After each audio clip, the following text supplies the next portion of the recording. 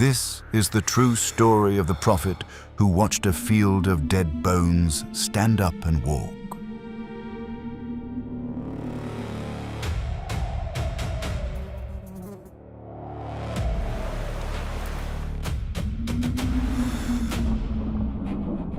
A priest in exile by a foreign canal, 800 miles from the only temple he had ever known. The sky opens above his head. A throne, 4 faces, wheels covered in eyes, and then a voice.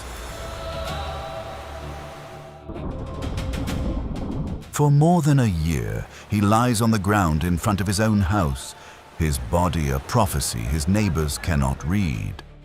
He shaves his head with a sword. He bakes bread over cow dung.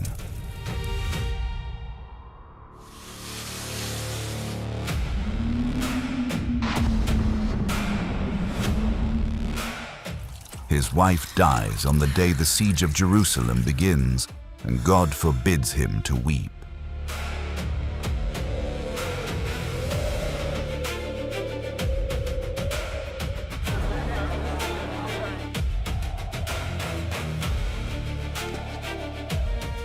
He watches the glory of the Lord walk out of his own temple.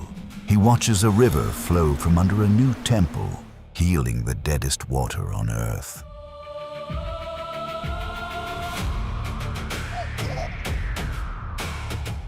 And one day, God leads him in vision to a valley.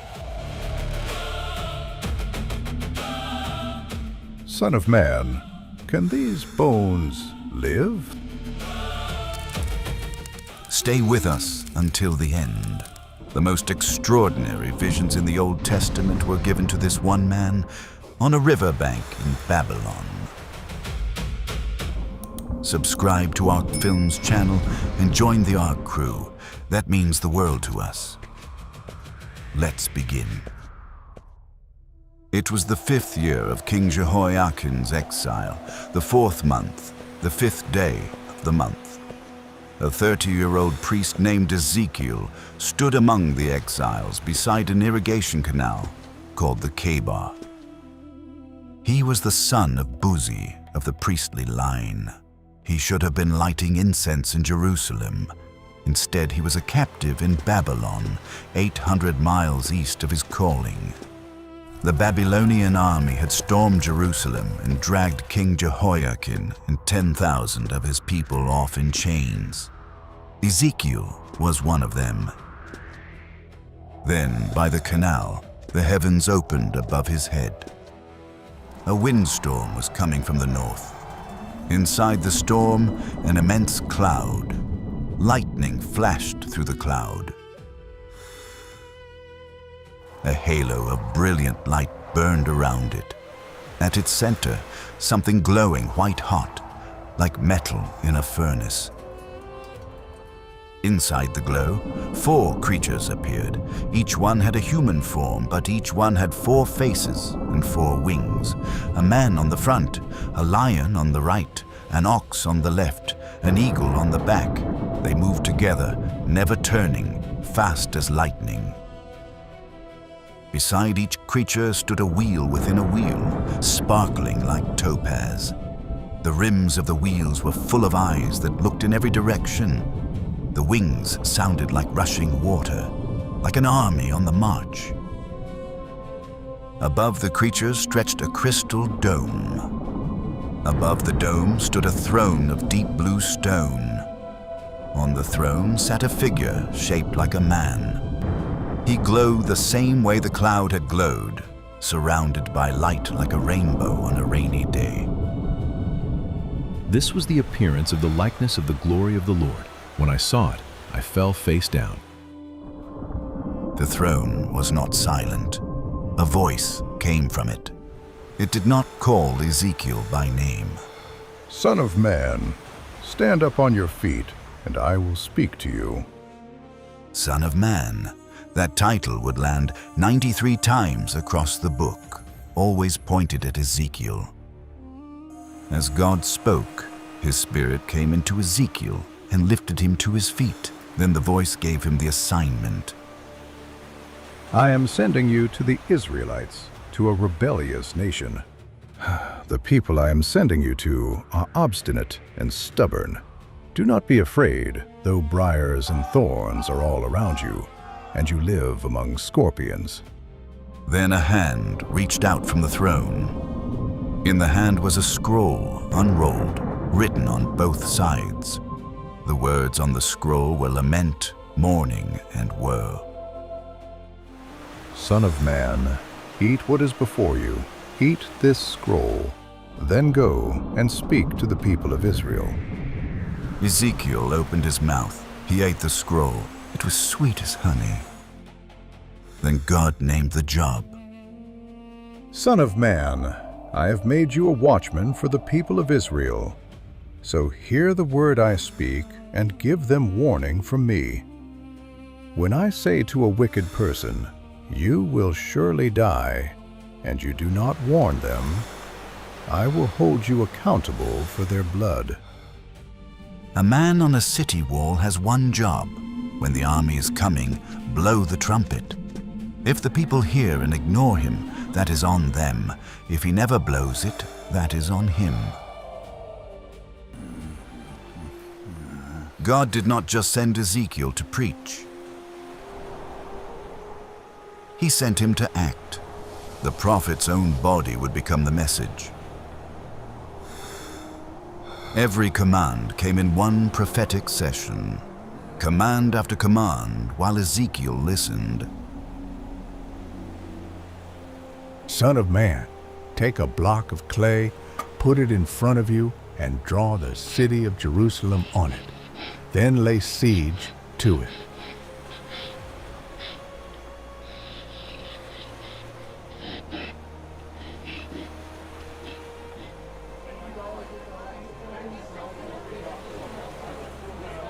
Lie on your left side and put the sin of the people of Israel upon yourself. Bear their sin for the number of days you lie on your side.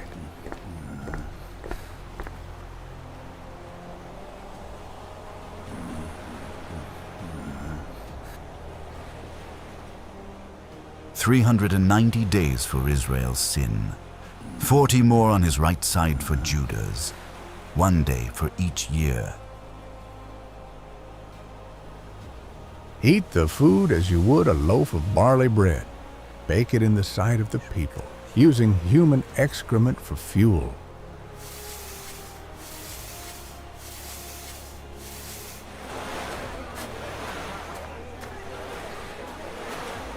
For the first time in the book, the prophet pushed back.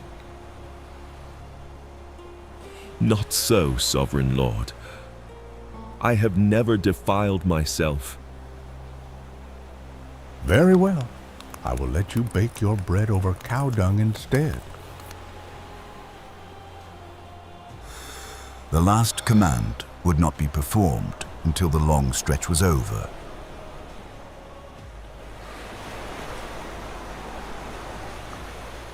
Son of man, take a sharp sword and use it as a barber's razor to shave your head and your beard. Then take a set of scales and divide up the hair.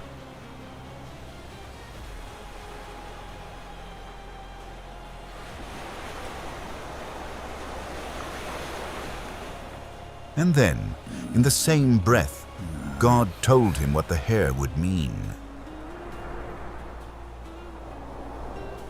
A third of your people will die of plague or famine inside the city.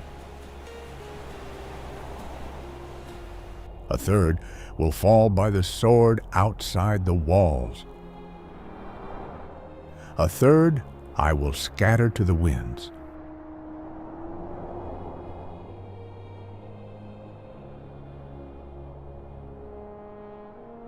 Then Ezekiel began. He set up the brick. Around it he built siege works, ramps, battering rams the size of his hand. He set an iron pan between himself and the brick like a wall. Then he lay down on his left side beside it. For a priest, this was humiliating. Bread baked in public over cow dung. wheat with barley, beans with lentils, 6 grains in one loaf, the food of a city under siege. Soon Jerusalem would eat the same. For over a year, Ezekiel lay on the ground in front of his own house, while neighbors walked past and stared.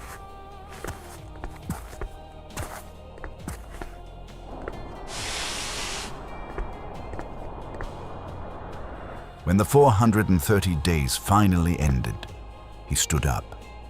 He obeyed the last command. He divided the hair into 3. 1/3 he burned inside the brick city. 1/3 he struck with a sword around it. 1/3 he threw to the wind.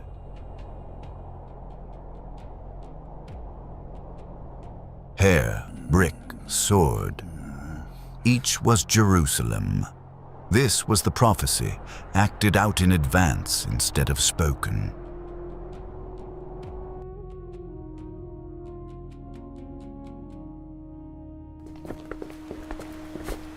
One afternoon, the elders of Judah came to sit in Ezekiel's house.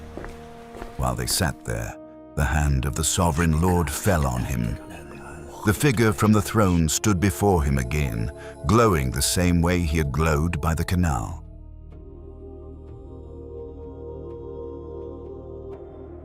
A hand reached out and took Ezekiel by the hair. The Spirit lifted him between earth and heaven and carried him in vision. His body stayed in the house in Babylon. His eyes saw what no one else there could see.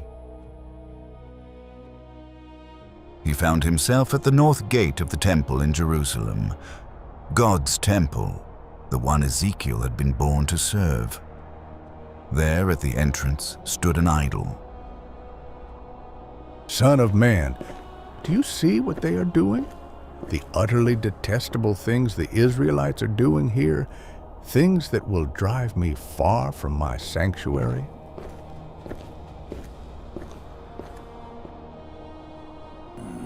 Then God showed him something worse. A hidden door in the temple wall. God told him to dig through it. Inside, a sealed room. 70 elders of Israel stood there in the dark, censers of incense in their hands, crawling creatures and unclean animals painted on every wall.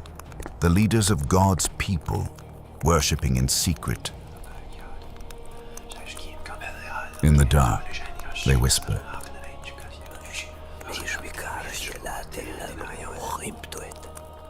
The Lord does not see us. The Lord has forsaken the land.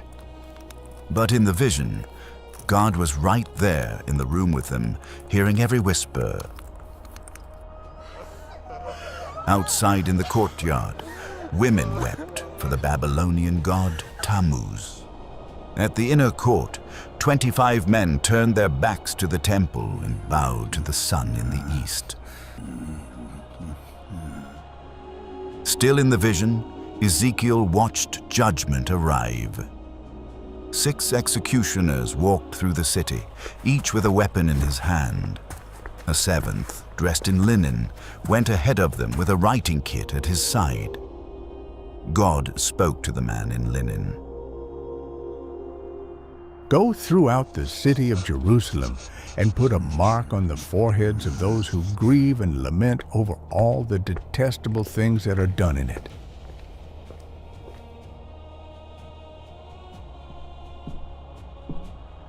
The man in linen obeyed. He marked the few who grieved. The executioners followed and killed everyone unmarked. Then the glory of the Lord began to move. The glory was the visible presence of God on earth, the brightness that had lived above the Ark of the Covenant in the temple's deepest room for as long as Israel had a temple. The same brightness Ezekiel had seen above the throne by the canal. Now it began to leave.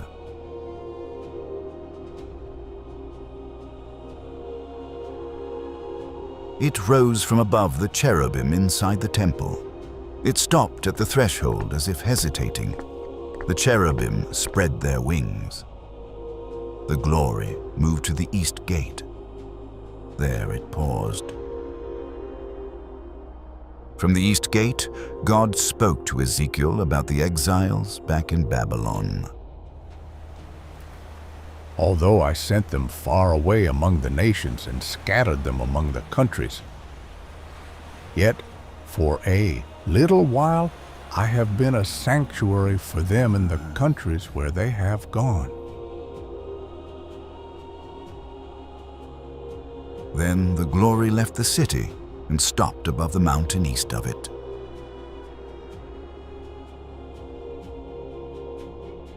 God had walked out of his own house. The vision ended. The Spirit returned Ezekiel to his house. The elders of Judah were still sitting in front of him. He told them everything he had seen. The exiles kept coming to Ezekiel for the word of the Lord. One day, God gave him a story to tell them, the story of Jerusalem, as if she were a person. She was born unwanted, her cord uncut, her body unwashed, thrown out into a field on the day of her birth, still in her own blood. No one came for her. Then a king passed by. He saw her lying in the dirt. He said one word. I passed by and saw you kicking about in your blood, and as you lay there in your blood, I said to you, live. He raised her. He bathed her. He clothed her in fine linen and gold. He put a crown on her head and fed her honey and the finest flour. You became very beautiful and rose to be a queen. Your fame spread among the nations on account of your beauty, because the splendor I had given you made your beauty perfect. Then she forgot where the beauty had come from. You trusted in your beauty and used your fame to become a prostitute. You lavished your favors on anyone who passed by. She took the gold and jewelry he had given her and melted them into idols. She offered his food as incense to the statues. She built shrines on every street corner. She gave herself to every nation around her, to Egypt with its chariots, to Assyria with its swords, to the very Babylon that would one day carry her into exile. Then she did the thing the king had never imagined. You took your sons and daughters, whom you bore to me, and sacrificed them as food to the idols. You slaughtered my children. In a valley outside Jerusalem called Hinnom, parents burned their own children alive in fires built to a god called Molech. Not metaphor. Real fires. Real children. Judgment was coming, but it was not the last word God spoke over her. Yet I will remember the covenant I made with you in the days of your youth, and I will establish an everlasting covenant with you. Even after the betrayal, God would not let her be the end of the story. A new covenant was coming, one the betrayal could not break. Years passed. Then one morning, God told Ezekiel to write down the exact date, the 9th year of exile, the 10th month, the 10th day. At that very moment, 800 miles west, the armies of Nebuchadnezzar were pitching their tents around Jerusalem. God was telling Ezekiel as it was happening.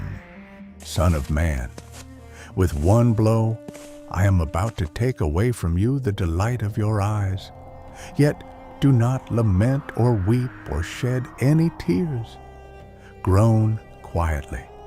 Do not mourn for the dead.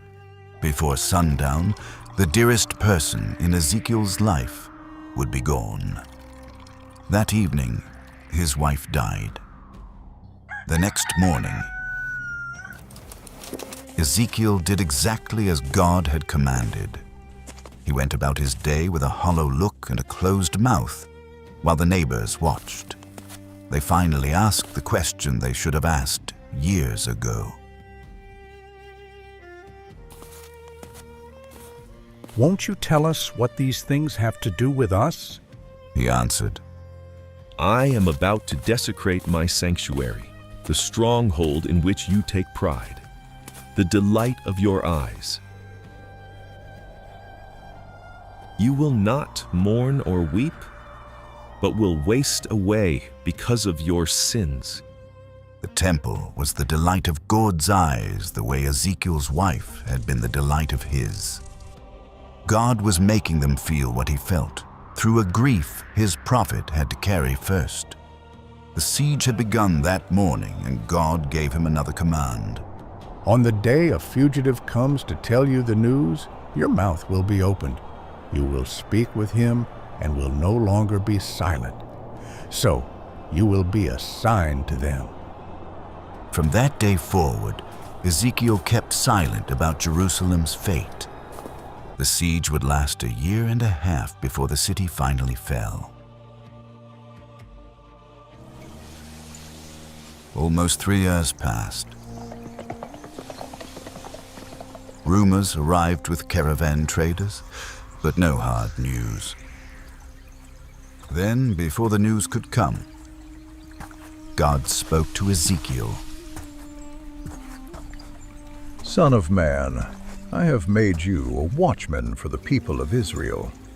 So hear the word I speak and give them warning from me.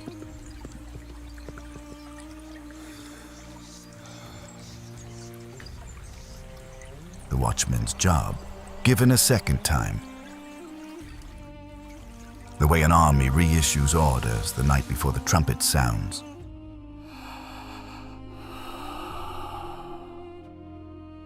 As surely as I live, I take no pleasure in the death of the wicked, but rather that they turn from their ways and live. Turn from your evil ways. Why will you die, people of Israel?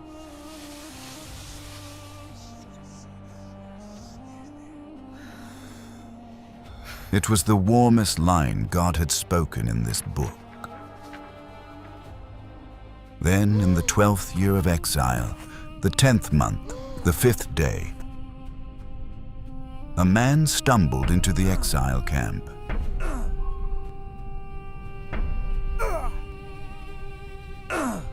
He had escaped from Jerusalem. He said 4 words. The city has fallen.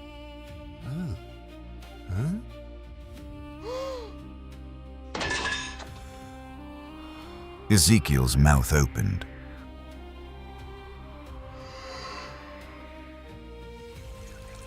He had been silent about Jerusalem since the day his wife died. The silence broke that day. But what God said next was the bitterest line in the book. My people come to you, as they usually do, and sit before you to hear your words, but they do not put them into practice. To them you are nothing more than one who sings love songs with a beautiful voice and plays an instrument well.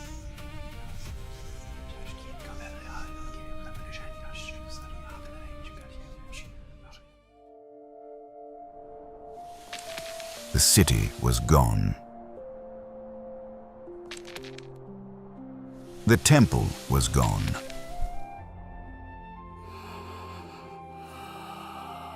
And God spoke against the shepherds of Israel.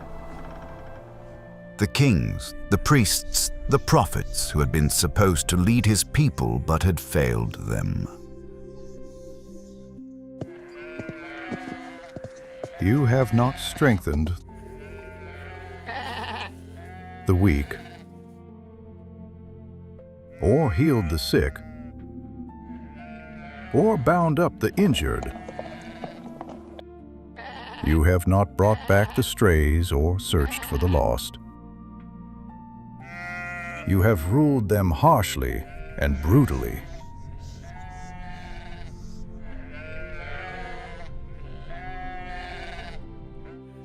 They had eaten the sheep instead of feeding them.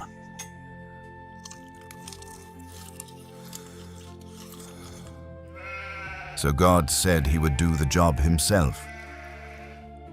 He would search for the sheep, gather them, bring them home,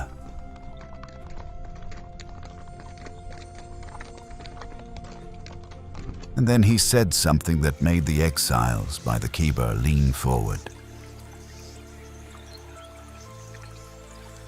I will place over them one shepherd, my servant David, and he will tend them. He will tend them and be their shepherd. David had been dead for 400 years. God was not bringing him back. He was promising a shepherd in David's line. A king the rest of the Bible would keep waiting for. 600 years later, the shepherd arrived. He stood up and named himself. I am the good shepherd. The good shepherd lays down his life for the sheep.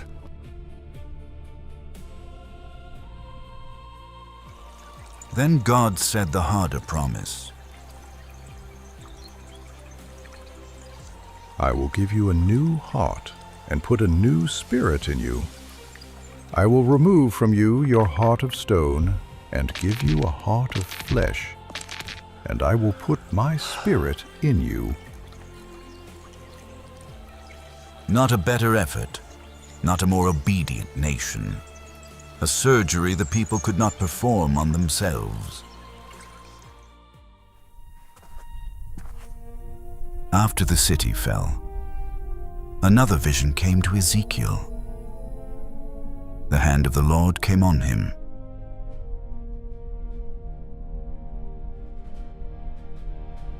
The Spirit lifted him up and set him down in the middle of a valley. The valley was full of bones. The bones covered the ground. They were very dry. Then God asked him a question. Son of man, can these bones live?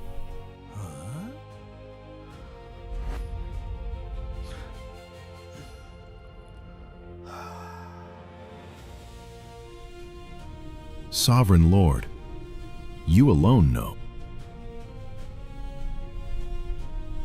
By that point, Ezekiel refused to underestimate God. Prophesy to these bones and say to them, Dry bones, hear the word of the Lord. I will make breath enter you, and you will come to life. Ezekiel opened his mouth and spoke God's word over a graveyard. A rattling rose from the valley. Bones moved across the dirt, bone to bone. Tendons stretched, muscle climbed over them. Skin covered everything. The valley filled with bodies, but none of them moved. There was no breath in them.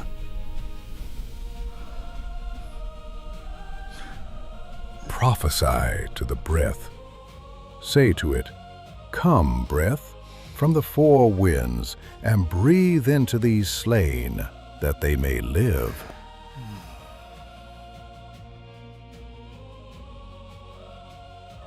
Ezekiel spoke to the wind. The wind came.